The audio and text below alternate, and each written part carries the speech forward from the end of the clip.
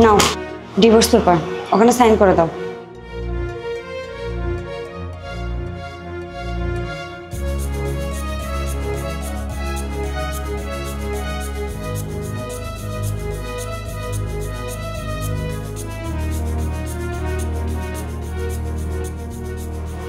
পেনটা দাও। ভালো হয়েছে, অবশেষে ছুটকারা পাইলাম।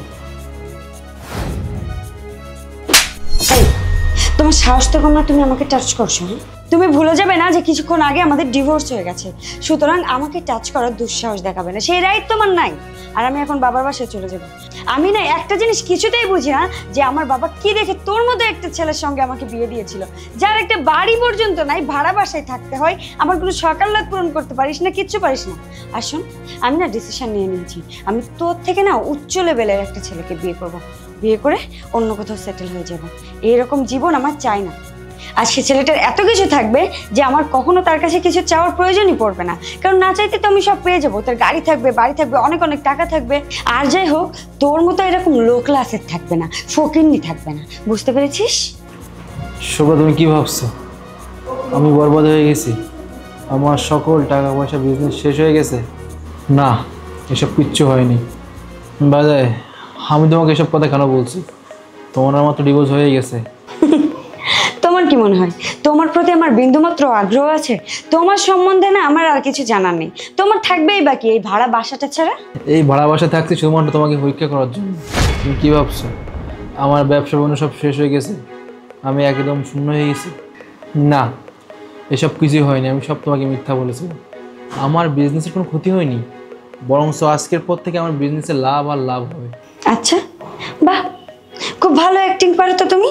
তুমি কি ভেবেছো তোমার এইসব মিথ্যা নাটকে আমি গলবো? হ্যাঁ, তুমি না অনেক বোকা। তুমি হয়তো এটাই ভেবেছিলে যে তোমার এইসব মিথ্যা বানোয়ার কথাগুলো শুনে আমি ডিভোর্সটা ক্যান্সেল করে দিব, তারপর তোমাকে আবার স্বামী হিসেবে মেনে তোমার সাথে সংসার করব, তাই না? এমনটাই তো ভেবেছিলে, কিন্তু তুমি রং। আমি না অতটাও বোকা না যে তোমাকে বিশ্বাস করবে। আমি খুব ভালো মতোই জানি তোমার এই ভাড়া বাসাটা ছাড়া কিছুই নাই, সুতরাং তোমাকে বিশ্বাস করা আর তোমার এই পাতা ফাঁদে পা দেওয়ার প্রশ্নই আসে না। আচ্ছা, বাদ দাও এসব কথা। আমি তোমাকে কেন বলছি? তোমার সঙ্গে তো আমার আর কোনো সম্পর্ক নেই, তাই না? আমার আর কোনো কিছু নিয়ে ডাউট নাই। আমি তোমার আসল রূপ দেখে ফেলছি। হ্যাঁ, এটা ঠিক যে হয়তো তোমাকে এই পরীক্ষা করার জন্য আমি একটা কথা মিথ্যে বলছিলাম। আমার ব্যবসাটাকে নিয়ে আমি তোমাকে মিথ্যে বলছিলাম। বিজনেস? কিসের বিজনেস? ওই জুতা, 2 টাকার গেঞ্জি, প্যান্ট, মানে ওই যে হকারের প্রোডাক্টের মতো অবস্থা একটা। হ্যাঁ, তুমি কি মনে করেছো? হ্যাঁ, এগুলা কি? এগুলা বিজনেস হলো? এগুলো তো আমি আমার ফ্রেন্ড সার্কেল কি, আমি কোনো রিলেটিভ, আমি কারোর সামনে বলতেই পারি না। লজ্জায় আমার মাথাটা না হেট হয়ে যায়, বুঝেছো? জাস্ট হেট হয়ে যায়। হ্যাঁ, এক্স্যাক্টলি যা বলছো একদম ঠিক কথাই বলছো। আমি এই বিজনেসই করবো, জুতোর ব্যবসা, এর ব্যবসা, তার ব্যবসা। আর তুমি কি মনে করো এই কাজগুলো ছোট? না, সেটা কখনোই না। এই যে তো দামি দামি গাড়িতে চড়ো, এত বড় একটা আলিশান বাড়িতে থাকো, এইসব টাকা কোথা থেকে আসে? আমার এই বিজনেস থেকে কিন্তু আসে। যাই হোক, তোমার সাথে আমি এত কথা কেন বলছি? তুমি তো আমাকে ডিভোর্স দিয়ে দিয়েছো। সো আজকের পর থেকে তোমার সাথে আমার কোনো সম্পর্ক নেই। আমার বিজনেসও ঠিক আছে, আমার গাড়ি বাড়ি সব কিছু ঠিক আছে, শুধুমাত্র তুমি নাই আমার সাথে। আসলে কথাই আছে না, টাকায় মানুষের আসল রূপ দেখিয়ে দেয়। আর আজকে সেখানে তুমি তো আমাকে সম্পূর্ণ ডিভোর্স দিয়ে দেবে। যখনই শুনলে আমার টাকা পয়সা বিজনেস কিছুই নাই, আমাকে ডিরেক্ট ডিভোর্স পর্যন্ত দিয়ে দিলে। তোমার যে আসল রূপটা কি সেটা তো আমি দেখেই ফেললাম, তাই না? আচ্ছা, তুমি একটা কাজ করো। তুমি যেহেতু আমাকে ডিভোর্স দিয়ে দিছো, তুমি এখান থেকে চলে যাও। তোমার সাথে আজকের পর থেকে আমার কোনো কানেকশন নেই। আর আমি সেটা চাইও না যে তোমার সাথে আমার পরবর্তী সময়ে কানেকশন থাকুক। যাও। কাবির, প্লিজ তুমি আমাকে মাফ করে দাও। আমি না বুঝতে পারিনি। আমি এই সব কিছু করেছি আমার আত্মীয় স্বজন আর বন্ধু বান্ধবের কথা শুনে, কিন্তু আমি তোমাকে কষ্ট দিতে চাইনি। বিশ্বাস করো, ওদের কথা শুনেই আমি এগুলো করেছি। আমার না অনেক বড় ভুল হয়ে গেছে। প্লিজ তুমি আমাকে একটা লাস্ট সুযোগ দাও। আমি তোমাকে কথা দিচ্ছি আমি আর কখনো এমন কিছু করব না। আমার দ্বারা আর কখনো কোনো অন্যায় হবে না। আচ্ছা, তার মানে তুমি তোমার বান্ধবীদের কথা শুনে আমার সঙ্গে এগুলো করছো, আমাকে ডিভোর্স দিছো। বিষয়টা কেমন লাগলো না? আচ্ছা, একটা কথা ভেবে দেখো তো, আজ বাদে কাল যখন তোমার বান্ধবী এর থেকে বেশি কিছু বলবে, তখন তো এমন হতে পারে যে হয়তো কোনোদিন তুমি আমার খাবারের সাথে বিষ মিশিয়ে আমাকে মেরে ফেলছো।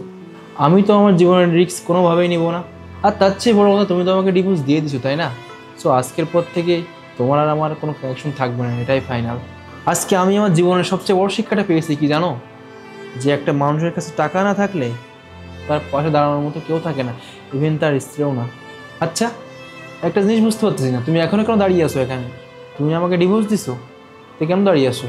যাও, বেরিয়ে যাও। আরেকটা কথা, আজকের পর থেকে তুমি তোমার বান্ধবী আর যারা যারা আছে সবাইকে কিন্তু মন খুলে বলবা যে তুমি এখন অনেক হ্যাপি আছো, অনেক সুখী আছো, ঠিক আছে? প্লিজ কবির, এমন করো না। আমার এই, যেতে বলছি না? তুমি তোমার মতো থাকো, আমি আমার মতো থাকি, আমাদের দুজনের জীবনটা আলাদা আলাদা থাকবো, তাহলে আমি দুজনেই ভালো থাকবো। আর একটা কথা, আজকের পর থেকে যেন আমি কখনোই তোমার এই চেহারাটা আমার সামনে না দেখি।